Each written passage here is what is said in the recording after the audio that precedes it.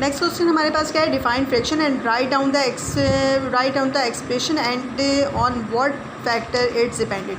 हमें बताना है सबसे पहले फ्रिक्शन की डेफिनेशन। फ्रिक्शन की डेफिनेशन हमारे पास क्या है, it is a force which opposes the motion of a body while is continuous contact with another body. अच्छा, इसमें क्या बताया गया कि जब एक बॉडी को दूसरी बॉडी की सतह पर रखकर हम क्या करते हैं, घसीटते हैं या उसको हरकत देते हैं, तो उसमें एक अपोजिट फोर्स जिसको हम रेजिस्टेंस फोर्स या मज़ाहमती क़ुव्वत कहते हैं, वो क़ुव्वत पैदा हो जाती है। और उस क़ुव्वत का काम क्या होता है, वो क़ुव्वत जो है वो किसी भी चीज़ को आगे जाने से रोकती है। एक सरफेस है, इस सरफेस के ऊपर मैंने दूसरी सरफेस चीज़ रखी है और इसको जो है जब घसीटने की कोशिश करते हैं या आगे हरकत दिलाने की कोशिश करते हैं तो क्या होता है कि एक अपोजिट फोर्स पैदा हो जाती है जो इस चीज़ को जो है वो रोकने की कोशिश करती है, यानी इसकी हरकत को रोकने की कोशिश करती है। तो इस किस्म की जो फोर्स पैदा होती है उस फोर्स को हम कहते हैं फोर्स ऑफ फ्रिक्शन। ठीक है, फोर्स ऑफ फ्रिक्शन पैदा होते हैं। इसी तरह देखिए, एक बॉडी है, ये बॉडी जो है ये एक ऑब्जेक्ट ये हमारा टेबल के ऊपर स्मूथ सतह सरफेस पर रखा हुआ है। जब ये एक स्मूथ सरफेस पर रखा होता है तो इसमें दो तरह से फोर्स अप्लाई होती है। एक तो इस बॉडी का वज़न जो कि नीचे की तरफ लग रहा है, तो एक नीचे की तरफ इस वज़न की क़ुव्वत होती है, और दूसरा इसके रिएक्शन में एक जो है अपोजिट फोर्स से जनरेट होती है। तो जो अपोजिट फोर्स जनरेट होती है उसको हमने आर से ज़ाहिर किया, और जो वेट जो नीचे की तरफ वेट पड़ रहा है उसकी जो फोर्स है उसको हमने किससे ज़ाहिर किया, एफ एस से ज़ाहिर किया। यहाँ पर हम इसको एफ एस से ज़ाहिर करेंगे। ठीक है, ये हमारी एफ एस हो गई, ये हमारा हो गया आर, रेजिस्टेंस फोर्स हो गई। अच्छा, अब ये जो है एफ एस और ये आर एक दूसरे के क्या होते हैं, डायरेक्टली प्रोपोर्शन होते हैं। ठीक है, डायरेक्टली प्रोपोर्शन होते हैं, यानी दोनों ये जो है तवाज़ुन की, जब भी वो बॉडी जो है वो बिल्कुल तवाज़ुन की हालत में। डायरेक्टली प्रोपोर्शन का निशान ख़त्म करने के लिए हमने इसमें कांस्टेंट म्यू का, ये देखिए म्यू है, ये इस निशान को हम क्या कहते हैं, म्यू आर, इसके निशान को कहते हैं। अब क्या है, where mu is the constant of proportionally and is called coefficient of friction. इसको हम जो है ये जो हमारे पास निशान बना हुआ है, ये इसको हम कहते हैं कोफिशिएंट ऑफ फ्रिक्शन। ठीक है, वैसे ही जो है उसको हम म्यू भी कहते हैं, और इसको ये असल में ये जो म्यू ये क्या है, कोफिशिएंट ऑफ फ्रिक्शन है, रगड़ की शरह। अब इसको हमने जो है वो अलग से अगर हमें लिखना है तो हमने इस निशान को इस तरह से mu is equal to F S upon R. देखिए ये एफ म्यू आर इस तरफ आया, एफ इस तरफ आया, तो mu is equal to F S upon R हो गया। अब यहाँ पर आर जो हमारा रेजिस्टेंस फोर्स था, जो अपोजिट क़ुव्वत जो हमारी यहाँ पर लगी थी, ठीक है, ये रिएक्शन फोर्स है, और ये हमारा वेट की फोर्स है, जो वेट नीचे की तरफ जा रहा है उस पर लगने वाली क़ुव्वत है। ठीक है, तो जो रिएक्शन फोर्स थी वो रिएक्शन फोर्स असल में जो है फोर्स बराबर किसके होता है, वेट के बराबर होता है। और डब्ल्यू की हमारा फॉर्मूला है W is equal to M G. तो यहाँ पर अगर डब्ल्यू की जगह मैं आर लिख दूँ तो कोई फ़र्क नहीं पड़ेगा, mu is equal to F S upon M जी।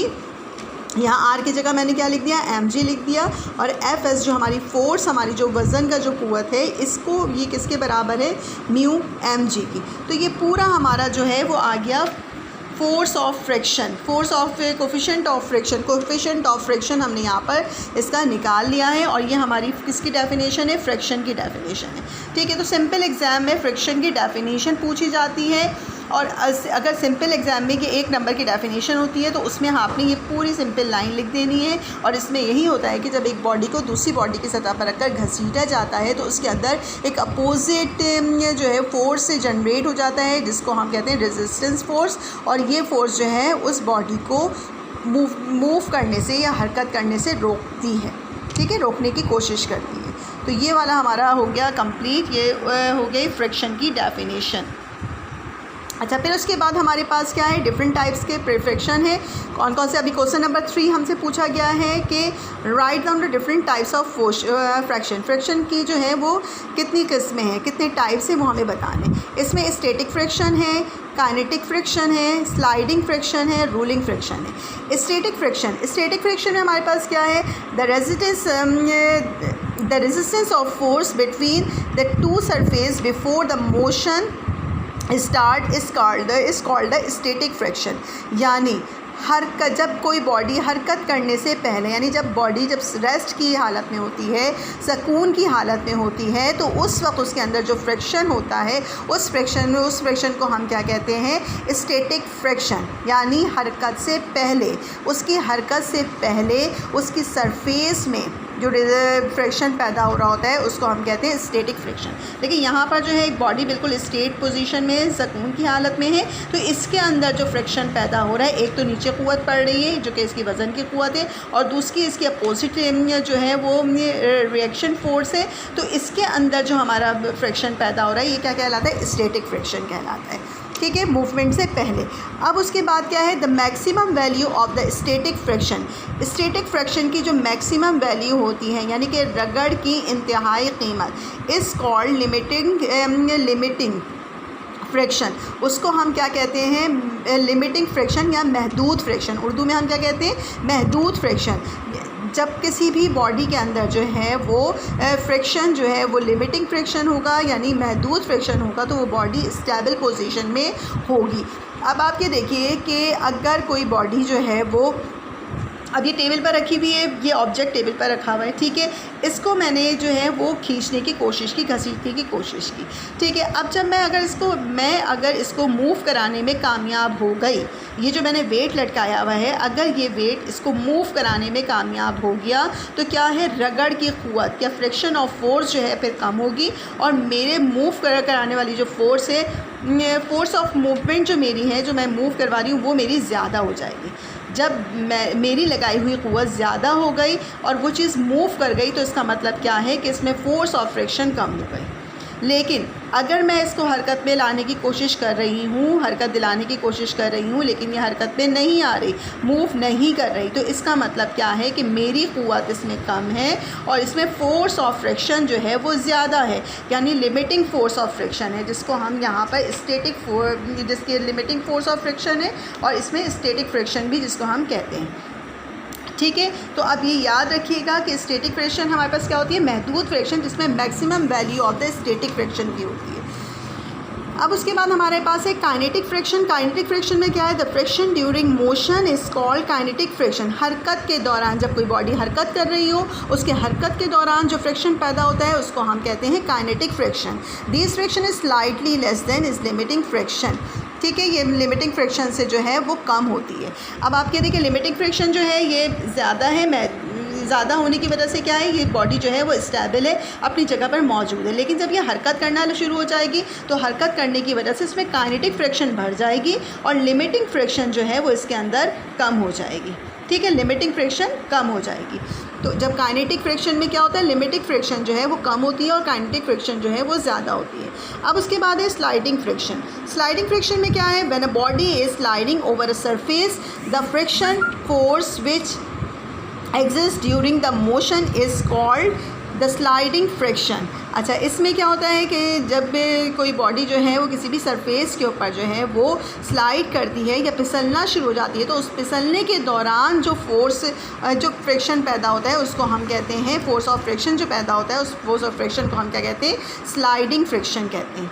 ठीक है, जब कोई बॉडी फिसल रही होती है तो फिसलने के दौरान जो फ्रिक्शन पैदा होती है उसको हम स्लाइडिंग फ्रिक्शन कहते हैं। रूलिंग फ्रिक्शन में क्या है?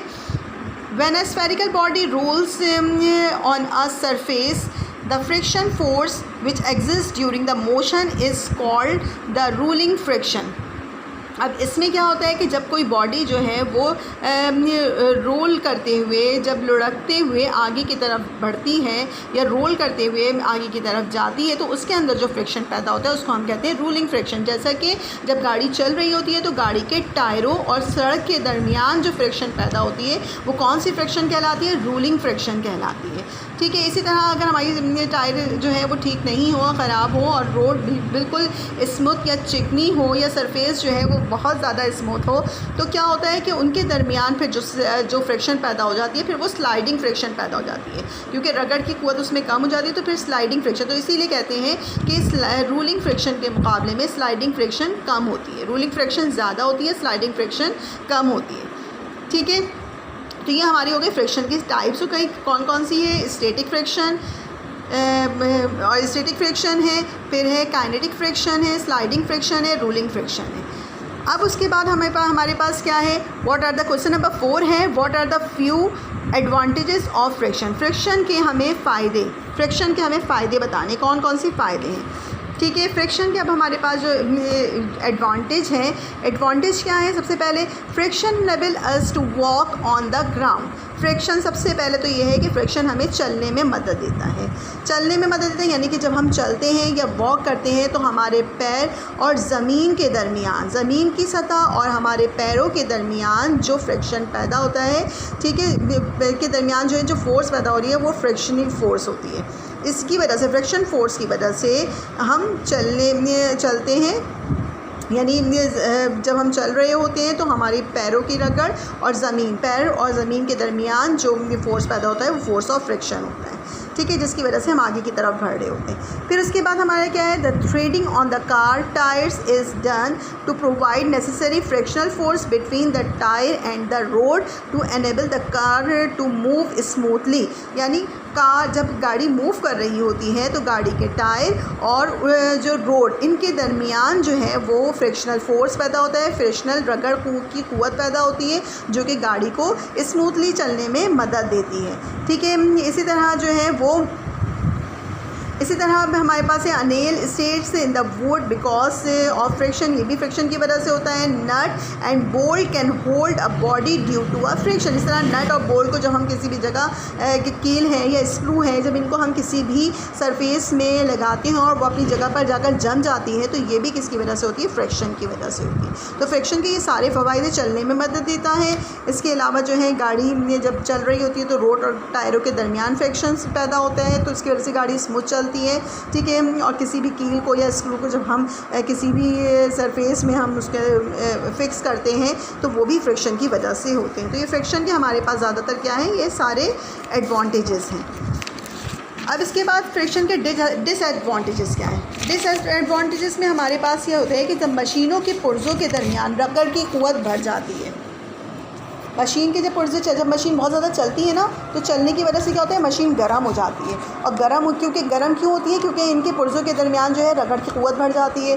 रगड़ की कुव्वत बढ़ने की वजह से मशीन जो है वो गर्म हो जाती है और गर्म होकर ख़राब हो जाती है। एक तो ये वजह होती है। दूसरा, उसके पुर्जे जो हैं वो उनके क्या होते हैं? टूट जाते हैं, टूट का शिकार हो जाते हैं, ठीक है। उनके दरमियान जो है, अब आप ये देखें कि उनके अंदर एक आवाज़ आनी शुरू हो जाती है जब भी हम किसी मोटर में या किसी मशीन में बार बार ऑयल डालते हैं, ग्रीस लगाते हैं, ताकि जो है उनके दरमियान फ्रिक्शन की कुव्वत जो है, ये फोर्स ऑफ फ्रिक्शन कम हो, जिसकी वजह से जो है वो स्मूथली चले, ठीक है। A large amount of energy in machines is